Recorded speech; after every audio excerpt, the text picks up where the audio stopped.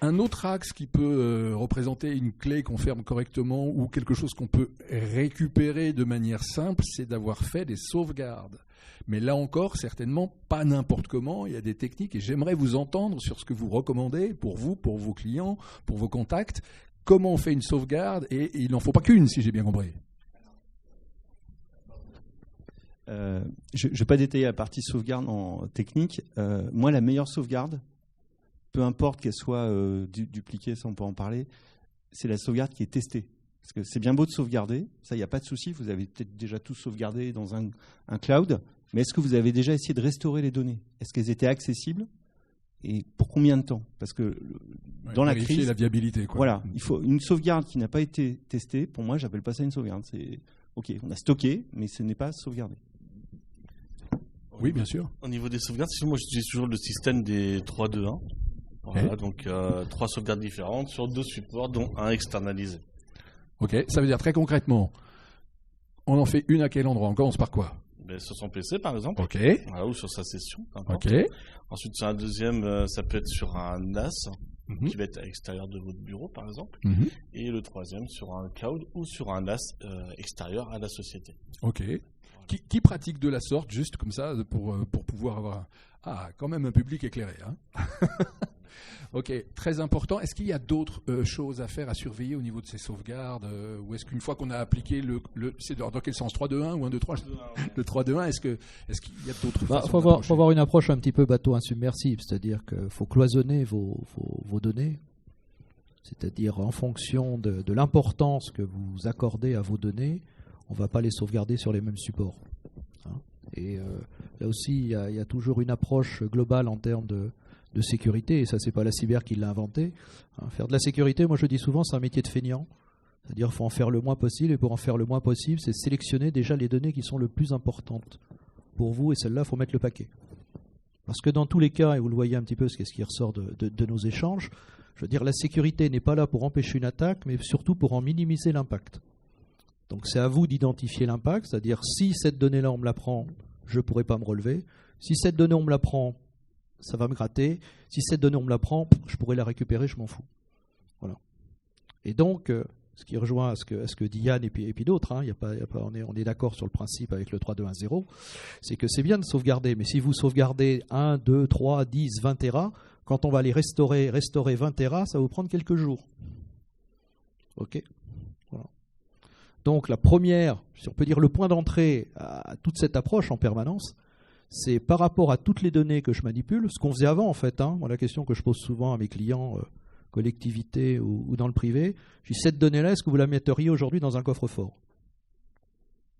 Parce qu'un coffre-fort, ça coûte cher, c'est embêtant, etc. Est-ce que vous la mettriez dans un coffre-fort? Et là, les gens commencent à comprendre que, oui, c'est vrai qu'il faut commencer. La première approche de la cybersécurité, c'est sur toutes vos données, dire voilà, celle-là, c'est du tout venant. Ok, que les gens savent que je regarde la télé, que j'ai un abonnement Canal+, je m'en fous. Par contre, un petit peu comme vous faites régulièrement, votre compte bancaire, vous savez que plusieurs personnes le connaissent. Par contre, le code pour accéder à ce compte bancaire, là, c'est très personnel. Et donc, c'est ça qu'on va protéger. Et moins on en a à protéger, mieux on va le protéger. Il faut avoir, c'est pour ça que je reviens souvent sur l'organisation. C'est-à-dire, avant de commencer de mettre des outils, c'est déjà vraiment se poser la question sur toutes les données que j'exploite. Toutes mes données ne sont pas vitales pour mon entreprise, mon activité ou même pour moi-même. Et celles-là, je vais mettre le paquet pour les protéger. Il faut vraiment, vraiment commencer par ça. Et après, je dirais, on va avoir différents outils, etc. Et bien sûr, au niveau du support physique sur lequel je vais mettre ces données, je vais conserver ce cloisonnement. Ce qui fait très mal aujourd'hui. Il faut savoir qu'un Tera de données, un disque, tout le monde a un disque minimum maintenant sur son PC d'1 Tera. Vous savez combien ça représente d'armoires? 13 000 armoires. Imaginez dans le temps, est-ce que vous auriez eu 13 000 armoires pour mettre tous vos documents? On tripue. Je veux dire, on est aussi victime de nos usages. Je pense que c'est important à tous les niveaux. On est victime de nos usages, c'est-à-dire qu'on est dans le gaspillage. On stocke tout. Et on stocke tout au même niveau. Est-ce que faire du vide, d'ailleurs, c'est une façon aussi de sécuriser finalement? Oui, non, mais on peut garder, parce qu'on a besoin des données, on est tous pareils. Des fois, on a besoin de 3 ou 4 générations du document pour le travailler, pour le reprendre, etc. Mais en permanence, la première question à se poser, c'est par rapport à tout ce que je manipule, quelles sont les données vitales pour moi, pour mon entreprise, pour ma collectivité, voilà. Et là, je vais mettre le paquet. Et le reste, je vais mettre un peu moins de paquet, parce que derrière, il y a une chose aussi qu'il faut voir, hein, on pourra aborder ça dans nos débats, c'est confronter au coût. On va jusqu'où en investissement? Parce que l'outil pour les mots de passe, l'outil pour le machin, l'outil pour... À la fin, si votre sécurité coûte plus que votre chiffre d'affaires, il y a un problème. Hein, donc il faut toujours aussi avoir le ratio économique. Ah, c'est pour ça que globalement, on a 3 critères quand on fait de la sécurité, et j'arrêterai là.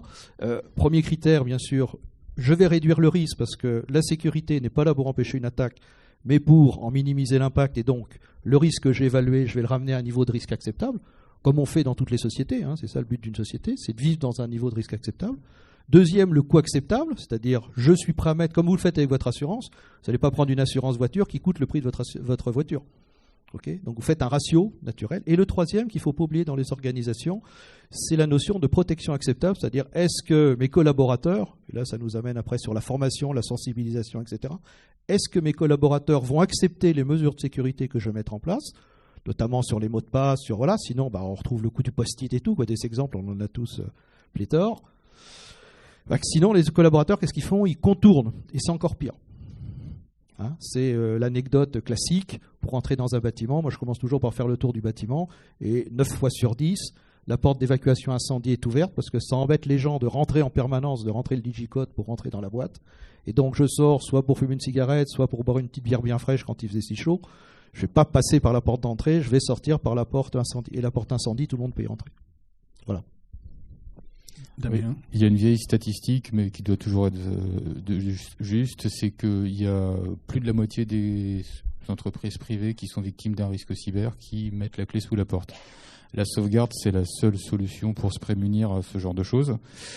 La sauvegarde, c'est quoi? C'est se protéger d'un côté de la destruction de son système d'information, de son informatique, donc plutôt de son informatique, ou de l'autre côté, se protéger de la destruction ou du vol physique. Donc je me fais voler mes équipements, mes serveurs, tout ça, ou je me fais voler, ou mon bâtiment est détruit, incendie, dégâts des eaux, enfin il peut se passer plein de choses. Donc une sauvegarde 3-2-1, pour reprendre rapidement, c'est avoir 3 jeux de données en production de sauvegarde. Ces 2 sauvegardes doivent être sur 2 supports différents. Un doit être externalisé, et le 0, c'est que ça doit être testé au moins une fois par an, parce que les logiciels de sauvegarde sont des logiciels créés par des humains, et donc il y a des bugs. Et donc ça veut dire qu'on n'est jamais assuré que le logiciel fonctionne exactement, et ensuite on écrit sur un support, et ce support, quel qu'il soit, il peut s'endommager. Et pour compléter et terminer sur là-dessus, je vais juste préciser une chose, c'est que souvent on met beaucoup de moyens pour sécuriser ces données, mais parfois on oublie de sécuriser ces sauvegardes. Ça sert à rien d'avoir un joli local super sécurisé, de gérer des habilitations pas possibles sur le serveur et ainsi de suite, tout ça, pour que la sauvegarde, ce soit une cartouche qui soit dans un coin et que tout le monde peut prendre, ou qui soit sur un NAS qui est dans un coin paumé du bâtiment où tout le monde peut accéder. Si vos données sont précieuses, à ce moment-là, il faut accorder le même niveau de protection à vos données en production en réel qu'à votre sauvegarde. Il ne faut pas que votre sauvegarde puisse être volée, puisse être lue si jamais vous avez des données qui sont précieuses. Donc il faut aussi sécuriser sa sauvegarde. Désolé. Oui, Benoît, vous oubliez. Ou un NAS accessible de l'extérieur.